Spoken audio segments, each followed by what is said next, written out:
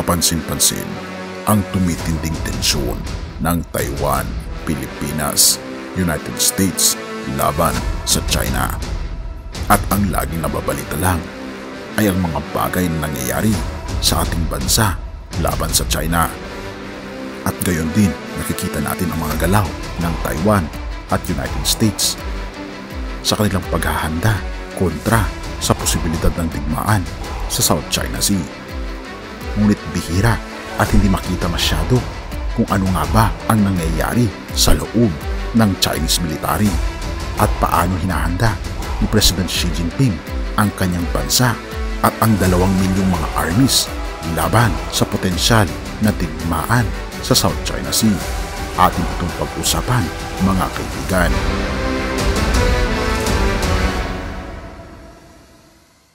Maraming mga tao ang nag-express ng kanilang mga takot na tayo raw ay mas malapit na sa mga digmaan kaysa nung mga nakaraang mga taon.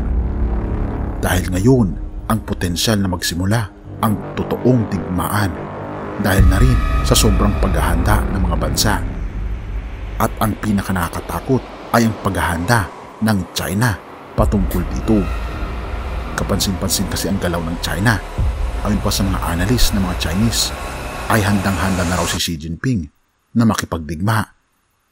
Dahil sa pag-upo pa lang nito ay ang priority niya na ay ang military at binabalak nitong mag-colonize ng ibang mga bansa katulad ng Taiwan para madagdag sa teritoryo ng China. At kapansin-pansin, ang Chinese military ay nasa pagmamadali ayon na rin sa isang dokumentary na kinuhanan ng CNA Insider. Binanggit pa ni President Xi Jinping na dapat maghanda ang buong bansa upang harapin ang pinakamatinding bagyo na darating sa kanilang bansa. Hindi ito tumutukoy sa anumang natural calamity, mga kaibigan, kundi ito ay tumutukoy sa posibilidad ng matinding giyera. At sinet ni President Xi Jinping ang mga leaders ng mga militar na ang mga goal ay dapat ma-meet sa taong 2027 sa centennial celebration ng pagtatatag ng People's Republic of China. Very significant ang araw na ito, hindi lamang sa bansang China, kundi pati na rin sa military ng China.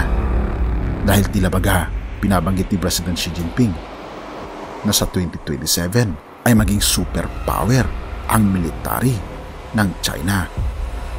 At bakit kaya ito ang pinaka-goal ni President Xi Jinping? Ano kaya ang kanyang tunay na layunin? Ang US Intelligence Director ng CIA o Central Intelligence Agency ng United States of America, kanilang binanggit ang isang impormasyon na nag-leak na galing daw sa insider ng China. Ika pa dito, CIA Director, China readying for Taiwan invasion by 2027. Ito ay nilathala noong February 3, 2023. At talaga namang nangamba hindi lamang ang bansang Taiwan kundi pati na rin ang bansang United States of America dahil sa impormasyon ito. Kaya pala pinaiigting ni President Xi Jinping ang kanyang militar dahil sa layunin nitong i-invade ang bansang Taiwan sa taong 2027. At kapansin-pansin, mga kaibigan, inihahanda ng bansang China ang mga military na sa panahon ngayon mahigit 2 milyon na ang mga kasundaluhan ni President Xi Jinping. At kapansin-pansin, mga kaibigan, ang pagbuo ng napakaraming mga warships ni President Xi Jinping na halos inilalagay niya lahat malapit sa teritoryo ng Taiwan. At ang isang barko pa na pinakamalakas ng China ay iniligay niya ito sa state na kasalungat ng bansang Taiwan at ipinangalan pa niya ito sa pangalan ng state na kasalungat ng Taiwan. Ayon na rin sa mga analyst, ang China raw ang may pinakamaraming warships sa panahon natin ngayon dahil 3 sa mga warships na ginagawa ng United States at China. 2 sa mga ito ay sa China at 1 lamang ang sa United States of America.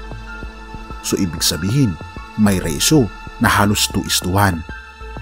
Ang tawag sa mga military ni President Xi Jinping ay People's Liberation Army. Nire-recruit ang mga armies sa edad 18 years old pataas at sinasanay sila sa matitinding mga training na tila baga sasabak sila sa isang digmaan sa maikling panahon lamang. Ang nuclear warheads ay isa rin sa mga proyekto ni President Xi Jinping dahil siya lang ang nakagawa ng mas malakas na military equipments at warheads sa kasaysayan ng mga umupong mga leaders ng China. Dahil naibalita noong taong 2022, mayroon ng stockpile na 350 nuclear warheads ang bansang China ngayon. At kung ito ay papasabugin at kahit na 100 lang na mga nuclear warheads ang ipapasabog sa buong Pilipinas, ay malamang sa malamang wasak ang ating buong bansa. Ganito na kalakas ang China ngayon at seryoso si President Xi Jinping sa kanyang mga balak. Ngunit binabanggit ng mga ibang analyst, hindi raw totoo ang balibalita ng CIA. Dahil wala naman daw silang masyadong nakikitang dahilan ni Xi Jinping para simulan ang digmaan sa West Philippine Sea. Ngunit hindi bulag ang ating mga mata, mga kaibigan, at hindi rin bingi ang ating mga tenga na ang mga pangyayaring ito ay mangyayari sa huling kapanahunan na binabanggit din sa banal na kasulatan na magkakaroon ng mga digmaan at mga alingaw-ngaw at haka-haka ng digmaan at ito ang simula ng wakas. Kaibigan, totoo man o hindi ang binabalak ng China laban sa mga karatig na bansa, ako'y lubos na naniniwala na ang ating Panginoong Hesus pa rin, siya pa rin ang may kontrol ng lahat. Unang Kronika 29 verse 11, sa inyo ang kadakilaan, ang kapangyarihan, ang karangalan, at ang pagtatagumpay, sapagkat inyo ang lahat ng nasa langit at nasa lupa, sa inyo ang kaharian, at kayo ang dakila sa lahat. Kaibigan, gaano man makapangyarihan ang mga nilalang, ang mga leaders sa buong mundo, wala pa ito sa katiting ng kadakilaan at kapangyarihan ng ating Panginoon Diyos. Siya ang totoong may hawak ng tagumpay. Siya ang totoong dakila, makapangyarihan, at sa Kanya ang lahat ng karangalan.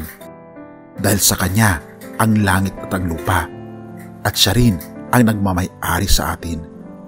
Kaya naman kaibigan, wala dapat tayong ipangamba sapagkat ang ating Panginoon, siya pa rin ang babangon na pinakadakila sa lahat.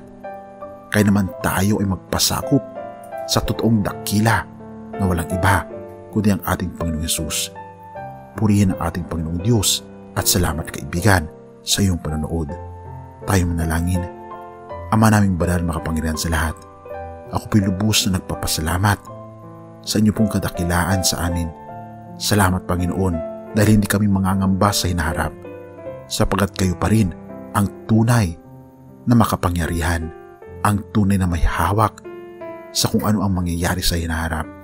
At nawa Panginoon, kung mangyayari man ang mga bagay na ito, tulungan kami na may handa ang aming mga sarili upang sa ganon makamtan po namin ang totoong tagumpay dahil kami Panginoon ay nagpasakop sa inyo.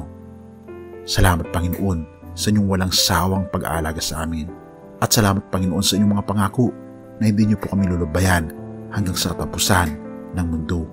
Patawarin po kami sa lahat ng aming pagkukulang at pagkakasala sa pangalan ni Jesus.